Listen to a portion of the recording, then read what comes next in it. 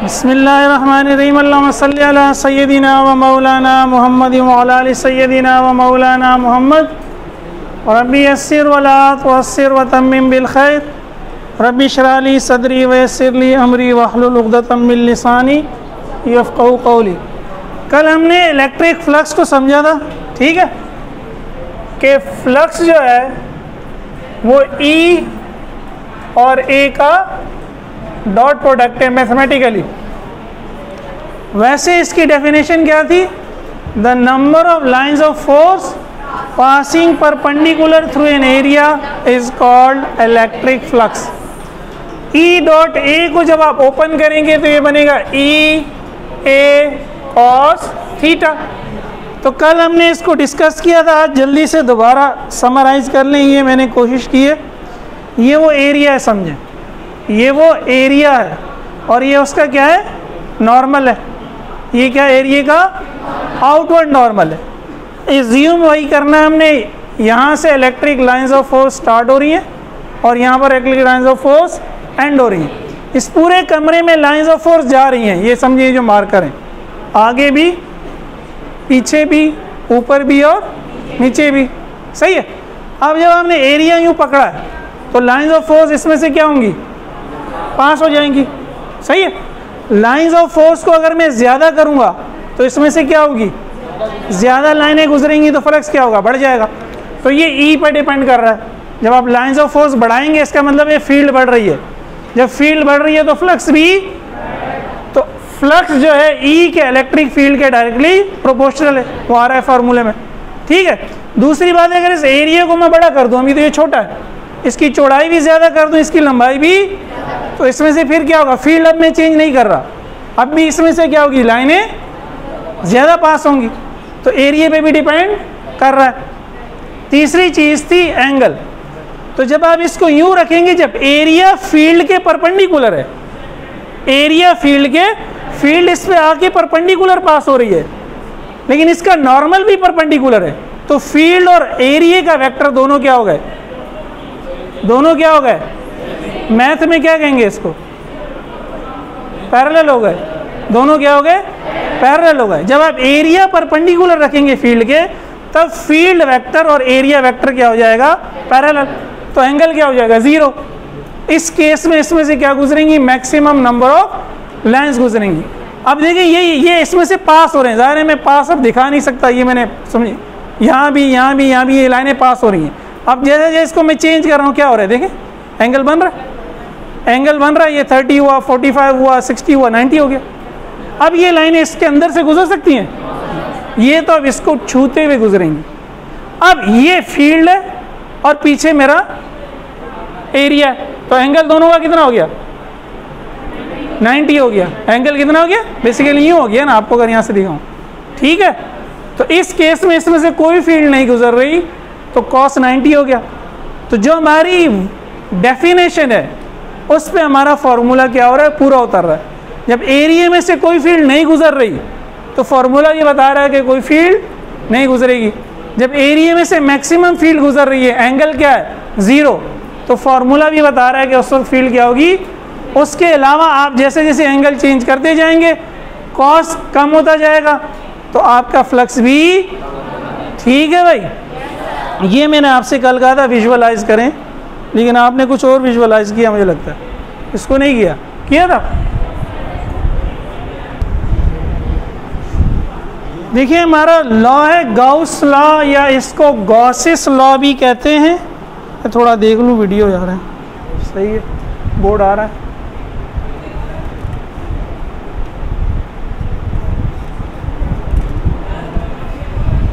ठीक है।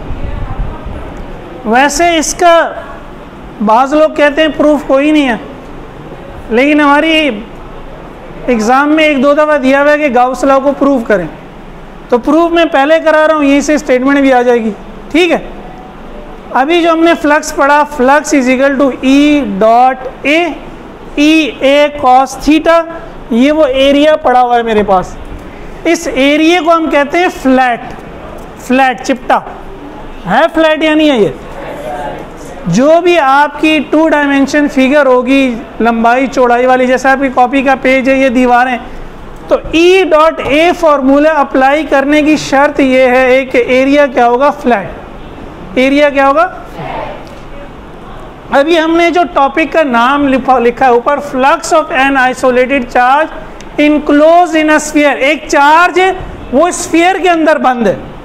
स्फीयर से मुराद है फुटबॉल की बॉल, ये छोटी ले लें तो क्रिकेट की बॉल, बहुत बड़ी ले लें तो ज़मीन। ये क्या है? स्फीयर। एक तो सर्कल होता है आपकी रिंग, और वो क्या कहते हैं, बैंगल्स जो हैं, चूड़ियाँ जो हैं, वो तो सर्कल हैं। हम सर्कल की बात नहीं कर रहे, किसकी बात कर रहे हैं? स्फीयर की। तो स्फीयर 2 डायमेंशन सरफेस है या 3 डायमेंशन? 3 डायमेंशन। तो कल मैंने क्या बताया था, 3 डायमेंशन सरफेस से जब हम एरिया निकालेंगे तो एरिया की डायरेक्शन आउटवर्ड होगी, इनवर्ड होगी? आउटवर्ड होगी। ठीक है, अच्छा। अब हमने कहा consider a charge plus Q placed at the centre of sphere. Plus Q charge मैंने रख दिया इसके सेंटर पे, ठीक है, ऑफ रेडियस आर। इस स्फीयर का रेडियस आर है। फर्ज करिए कमरा अगर स्फीयर है फर्ज कर लें, तो सेंटर से लेकर हर पॉइंट का डिस्टेंस क्या होगा? आर। सेम होगा ना। Lines of force will pass radially through the sphere. तो सेंटर से लेकर स्फीयर के किसी भी पॉइंट तक की लाइन क्या होगी? रेडियस होगी। और इलेक्ट्रिक लाइंस भी ऐसे ही निकलेंगी, कल भी समझाया था। पॉजिटिव चार्ज से लाइनें क्या होती है? Radial outward. तो रेडियली आउटवर्ड चार्ज निकलेंगी स्फीयर में से, ठीक है। Formula E dot A is applicable to a flat area. E dot A, अब अगर मुझे फ्लक्स निकालना है स्फीयर की सरफेस पे, स्फीयर की सरफेस क्या फ्लैट है? स्फीयर की जो बाहर की सरफेस है, उसकी जो सतह है, फुटबॉल जो है उस पर जो हाथ फेरते हैं, वो जो सरफेस है, क्या वो फ्लैट है? वो फ्लैट नहीं है, वो तो राउंड है। तो उसमें हम ई डॉट ए अप्लाई नहीं कर सकते, ठीक है, फ्लैट होना चाहिए। Surface of sphere is not flat. तो अब हम क्या करते हैं? हम कहते हैं we divide surface area into small area elements delta A1, delta A2, delta A। आपने छोटे छोटे टुकड़े ले लिए सरफेस के, रेक्टेंगल शेप में या स्क्वायर शेप में। वो छोटा टुकड़ा क्या होगा? वो फ्लैट होगा। वो क्या होगा? ये जो मैंने जाहिर किए हैं, ये वो स्मॉल एरिया एलिमेंट्स हैं। डेल्टा A1, डेल्टा, अगर हमने 100 टुकड़े कर दिए तो डेल्टा A 100 तक जा रहे हैं। 1000 कर दिए तो डेल्टा A 1000। जितने ज़्यादा टुकड़े करेंगे एरिया उतने ज़्यादा फ्लैट हो जाएगा। तो अब टोटल फ्लक्स कैसे कैलकुलेट होगा? हम हर एक एरिया एलिमेंट का फ्लक्स अलग अलग कैलकुलेट कर लेंगे, सबको जमा कर देंगे तो क्या होगा? टोटल फ्लक्स निकल आएगा, ठीक है। ई क्या होगा? ई विल बी यूनिफॉर्मली डिस्ट्रीब्यूटेड। देखिए ये मैंने क्यों लिखा है यूनिफॉर्मली? ई का फॉर्मूला हमने पढ़ा था, जो मैंने यहाँ लिखा भी है, कल भी मैंने यहाँ आपको याद है रिवाइज करवाया था। ई क्या होगा? के क्यू अपॉन आर स्क्वायर। अब ये जो स्फीयर है, स्फीयर सर्कल नहीं है, स्फीयर है, सेंटर से लेकर स्फीयर के किसी भी पॉइंट का डिस्टेंस क्या है? आर। तो स्फीयर के तमाम पॉइंट्स पे ई की वैल्यू क्या होगी? के क्यू अपॉन वो आर चेंज। तो स्फीयर की सरफेस पे फील्ड क्या? यूनिफॉर्म है। जो फील्ड सरफेस के एक पॉइंट पर है वही फील्ड सरफेस के दूसरे पॉइंट पर है, वही फील्ड सरफेस के हर जगह, क्योंकि आर चेंज नहीं हो रहा, क्यू चेंज नहीं हो रहा, के तो है ही कांस्टेंट, ठीक है। अच्छा, due to spherical shape vector area element will be in the direction of E. Vector area, एक ये जो मैंने ब्लैक मार्कर से बनाया, ये तो फील्ड दिखाया, इलेक्ट्रिक फील्ड दिखाई। अब एरिया का डायरेक्शन भी बाहर निकालनी है, तो एरिया भी क्या होगा? फील्ड की डायरेक्शन भी हो जाएगा। जैसे यहाँ मैंने शो किया, ये डेल्टा A1 है, डेल्टा, बेसिकली बहुत सारे बनाएंगे, सारे तो मैंने शो नहीं किए।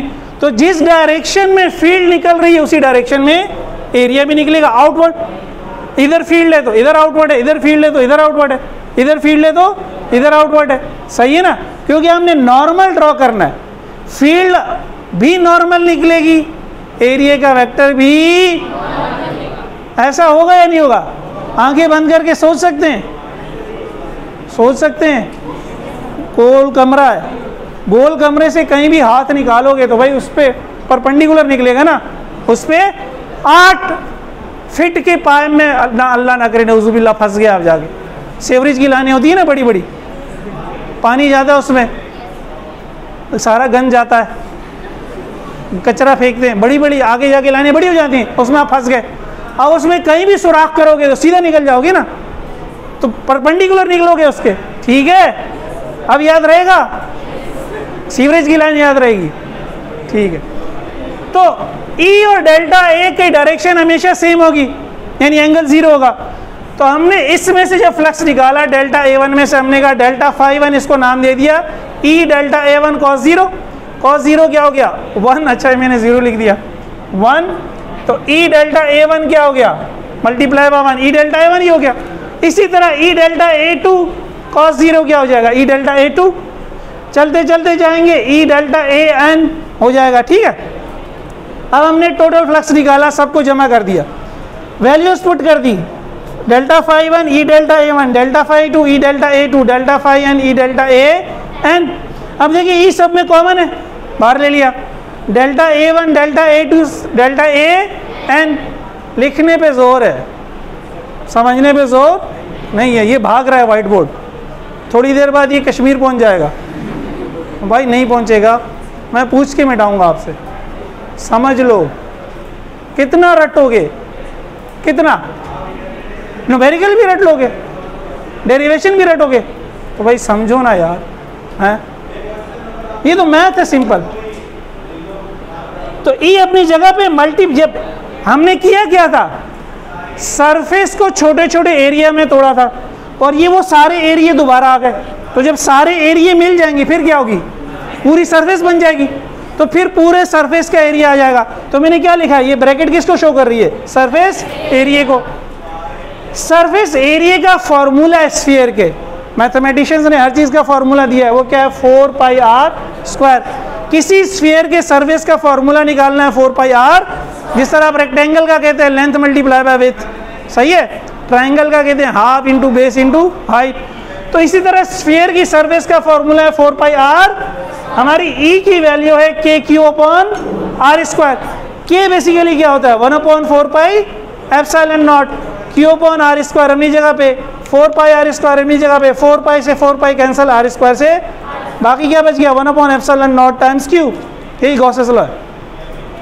Flux through any closed surface is 1/एप्सिलॉन टाइम्स चार्ज इन क्लोज्ड। ये क्या हो रहा है, ठीक है।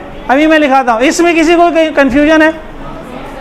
अगर गॉसेस लॉ का प्रूफ आता है तो आपने ये करना है। वैसे मैंने बाज़ लोगों से सुना है कि गॉस लॉज नॉर्मली एक्सपेरिमेंट से पुराने साइंसदानों ने खासकर निकाले होते हैं, उसके प्रूफ नहीं होता। बहरहाल ये भी हमने बेसिकली मैथ्स लगाया है, गॉसेस लॉ तो नहीं लगाया, मैथ्स लगा के हमने गॉसेस लॉ का रिजल्ट निकाल लिया। इसको उतार लें जल्दी से।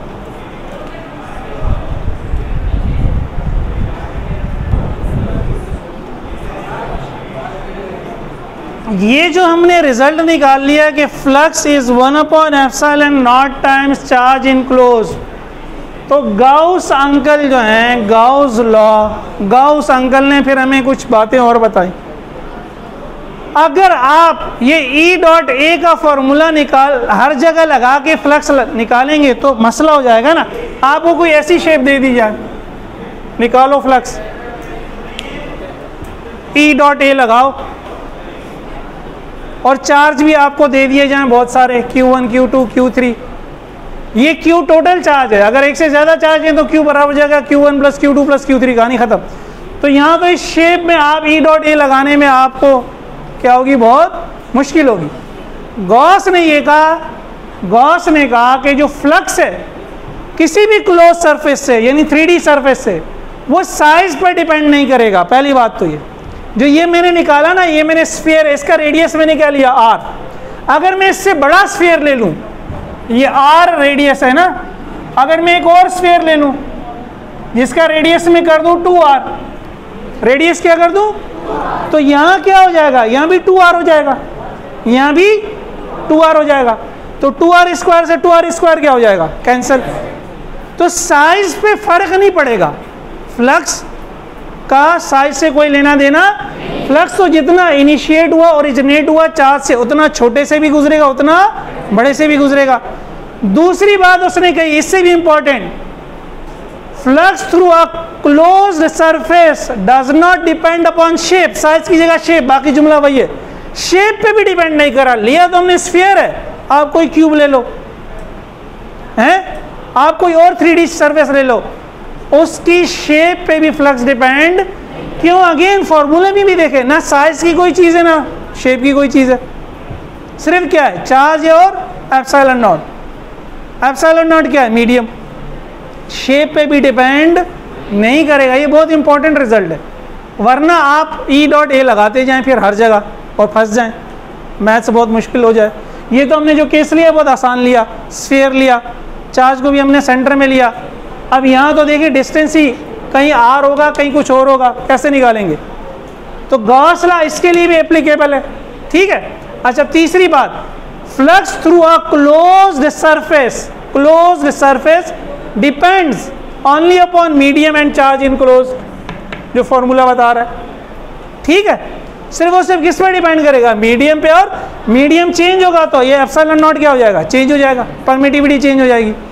चार्ज चेंज हो जाएगा तो चार्ज की वैल्यू चेंज हो जाएगी। इन दोनों चीज़ों पर तो डिपेंड करेगा ही करेगा फॉर्मूला भी। लास्ट बात, if no charge is enclosed, अगर अंदर कोई चार्ज है ही नहीं तो ज़ाहिर है फिर कोई फ्लक्स भी नहीं निकलेगा। If no charge is enclosed flux is zero. आप इस फॉर्मूले में Q को जीरो कर दें, फ्लक्स क्या हो जाएगा? Zero. Phi E electric flux कल भी देखा था, ठीक है। तो इसीलिए हम गाउस लॉ को अप्लाई करके फ्लक्स निकालते हैं और फिर उस फ्लक्स की मदद से इलेक्ट्रिक फील्ड निकालते हैं। ये गाउस लॉ की एप्लीकेशन हम पढ़ेंगे। बाहर जगह इलेक्ट्रिक फील्ड निकालना बहुत मुश्किल होता है, कैलकुलेशन करके, डॉट प्रोडक्ट लगा के या कोई और फार्मूला लगा के, लेकिन गाउस लॉ उसमें क्या करता है? हमारी बड़ी हेल्प करता है। तो वो 3 उसकी एप्लीकेशंस हैं, वो इंशाल्लाह हम कल करेंगे। लेकिन ये बड़ा इम्पोर्टेंट जो है लॉ दिया गाउस ने कि flux will depend upon the charge enclose and the medium. तो यूँ भी कह सकते हैं कि flux through any surface 1/ε0 time Q क्या हो गया? Q/ε0। Q/ flux is Q/ε0। इस कमरे के अंदर अगर चार्ज है, इस कमरे से जो फ्लक्स निकल रहा है वो क्या है? Q/ε0। बस क्लोज सरफेस है, 3D है ज्योमेट्री इसकी। तो जो बाहर निकल रहा है फ्लक्स दीवारों से, चीरता हुआ, फाड़ता हुआ दीवारों को, वो क्या है? दूर फिटे मुंह, Q/, विजुअलाइज करें भाई। और जो मैं फिक्रा आधा छोड़ देता हूँ पूरा करें ना, ठीक है, ताकि मुझे पता लगे आपको समझ में आ गया है और मेरी मेहनत ज़ाया नहीं हुई है, आपका वक्त और पैसा भी ज़ाया नहीं हो रहा है। एहसास करें, उसको ज़ाया होने से बचाएं, ठीक है। किसी के ज़हन में कोई सवाल तो नहीं है?